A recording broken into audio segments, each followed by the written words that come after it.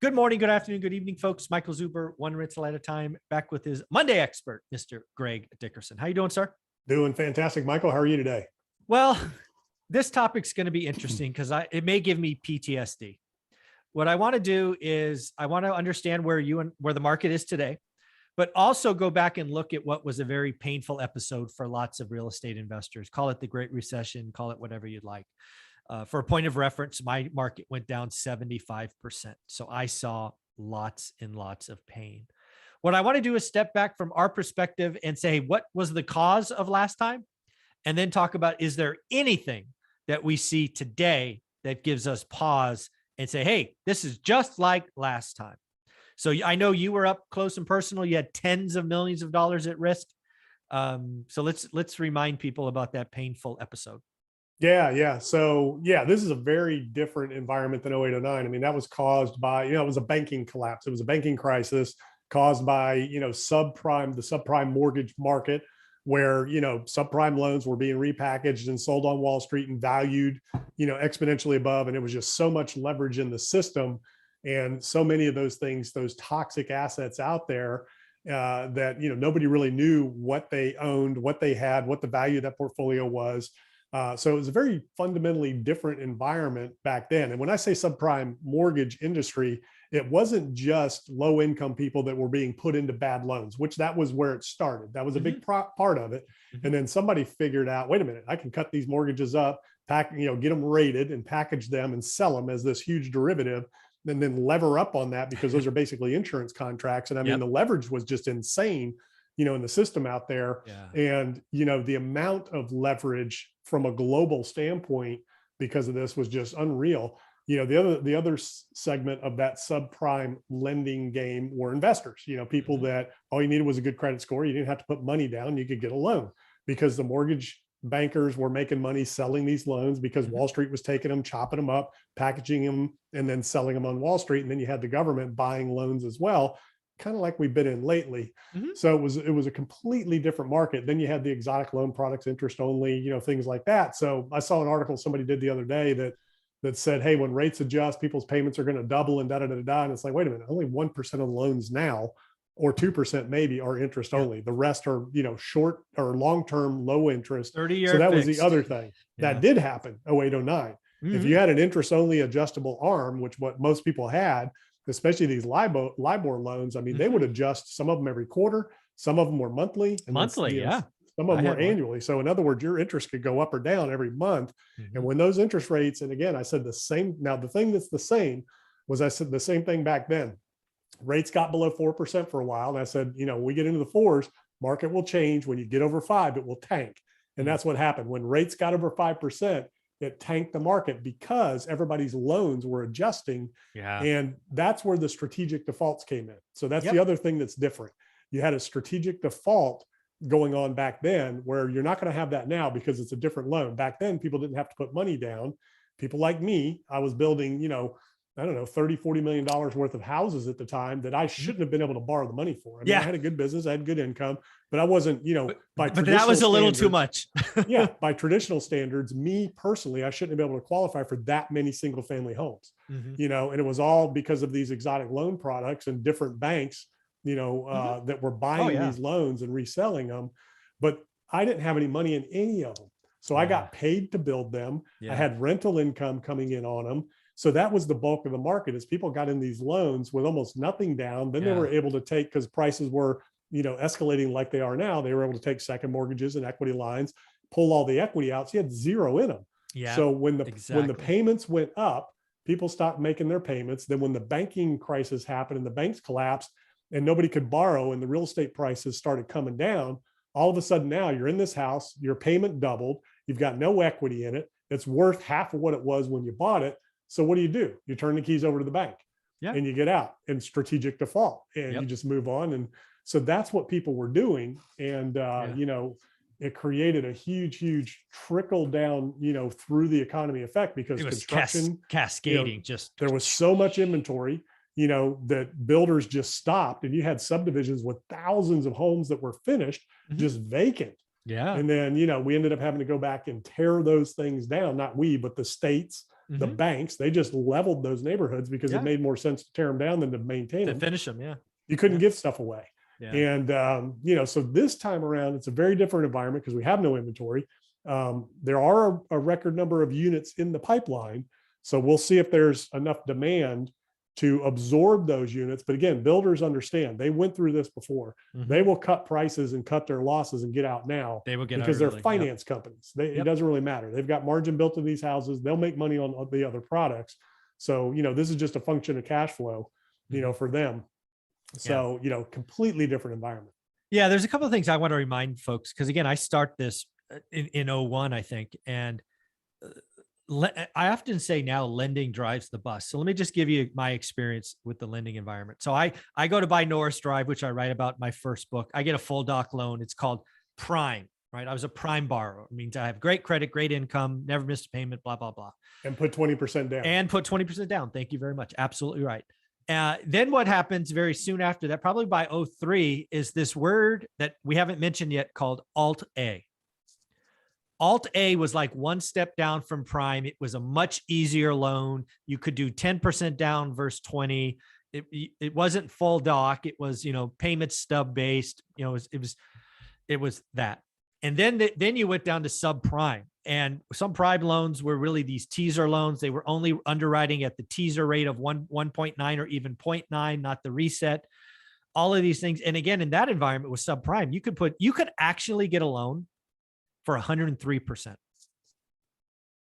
Talk about no equity. You're getting a check at closing for furniture or whatever you want to call it.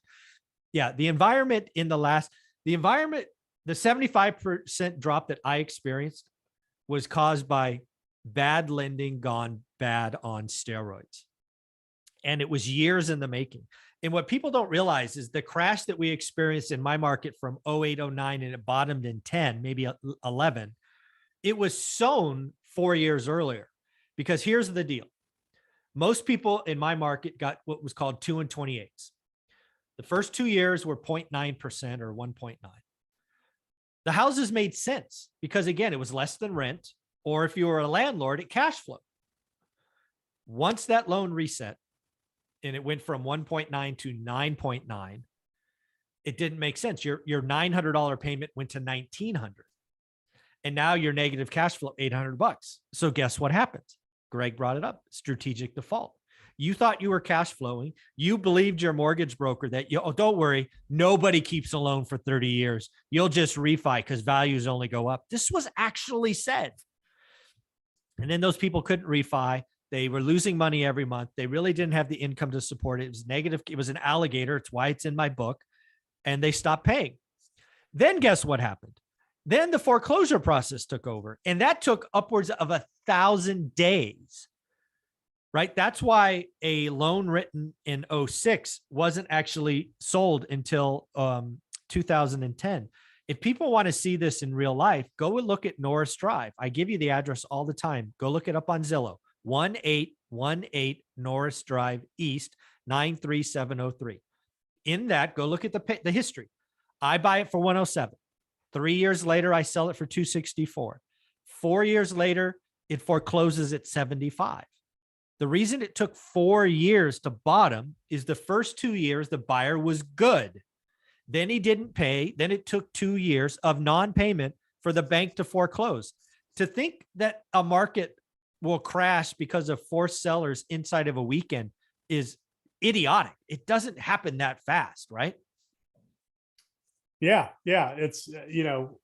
It's crazy. And, you can do that with almost any properties in your area that were around back then and kind of look at that. And you'll see a lot of that happening, those pre 2008 and 9, sales and escalations. And then post 2008, 9, what happened to a lot of those houses. And it was just a completely different ball game. And the biggest component this time that's different is people have to qualify for the loans. Now there are some, bank statement loans for self-employed, but you still got to put money down. Yes. So definitely. people generally in the game. Yep. Yeah. People generally aren't going to walk away from, that situation if they got equity in a house. And even if their house gets devalued and they lose all their equity, they're generally, unless they're, if they're not underwater, they're generally still not going to walk away from it if their payments haven't changed. The difference was That's right. payments changed and Exactly. equity went away at the same time. So then it's like, well, what the heck? Why What am I here? doing? I can go live over there for half as much. This is why Right. You can move next door into that house for half as much as you were paying for your house. Of course you would leave. That is not going to happen today. 98% of loans, fixed rate debt. Most of them have equity, and mom and dad aren't crazy, right? As much as we like to think about, oh, it's going to collapse. It's not. They're just going to stay put. You don't want to live in your car. It's a bad option. So instead of, it's fun for some people. Some people are doing it, doing the whole living in a life, car. yeah. I mean, it's on YouTube. There's people with channels about living in their car and traveling around the country and just living out of their car. Most people don't want to. But if you got a family of 6, it can be tough, but that's a lot of cars. But again, it's the environment we're in today has almost no rhyme. I don't see any similarities structurally between what we have now and what we had before. Real lending today versus fake lending. Yeah, it's very different. And to me, it's going to be really interesting to see what happens when we get over 5% and how long that takes to really impact the market, because the other biggest difference, again, is the inventory levels. We have no inventory nationwide for anything, in most markets in demand. Now, there's markets where there's inventory and you can't give stuff away right now, and that's going to be affected first. But in the areas that people want to be, my area, I mean, I just saw a house, come on the market and go under contract in a few days. The price was obnoxious still, and it was $300,000 more than they paid 2 years ago. Wow. 2 years ago, Yeah. Again, this is why I believe housing transaction crash and not price.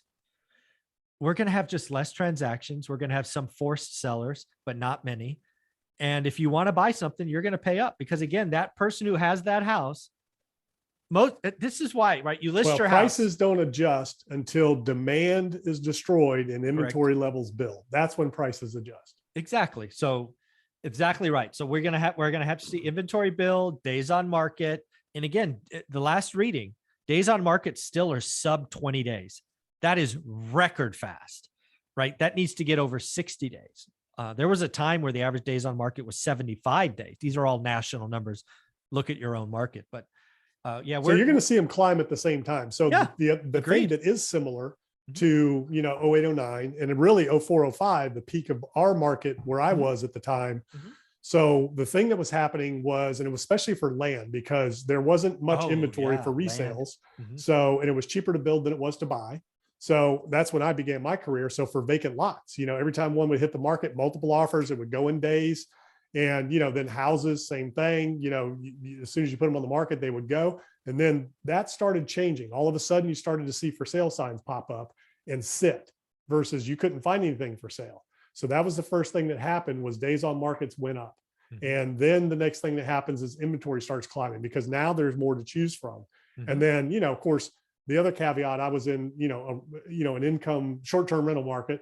So, it was the most unmotivated seller market you could have. People would put stuff on the market and at stupid prices and say, if I get my price, I'll sell it. If not, it's cash flow. I ain't worried about it. Exactly. Pre 2008-9. Once we went through the bust, it was a little bit different. Everything hit the market. Nothing was selling because nobody could get the money, and nobody was going to pay cash for depreciating, declining market assets. So, once we get there and you start to see days on market climb, inventory levels will climb with it. Sellers will be stuck in this, where we at 2022, mindset moving forward for a couple of years. And it will take a couple of years for the people that bought now for that mindset to change and adjust to markets, if we're in a market where values are 20, 30% less, than we are now. Yeah. Kind of wrapping this one up. I don't see I see demand destruction, supply destruction, which is transactions. I don't see price destruction this year. You could certainly maybe get to it in 2023 if everything went the wrong way, and certainly by 2024, because again, price is inelastic. Mom and dad don't have to sell; they have to live somewhere. But if we have a nasty recession and unemployment goes to 10%, lots of people will be in a bad shape if that happens. We are not there today. Unemployment's 3.8, probably goes lower. We're going to talk about my vision of the economy in our next video. But before we do, Greg, how can people follow you? Yep. GregDickerson.com. That's where everything lives. My social media, YouTube, all that. Go check it out. Thanks, buddy.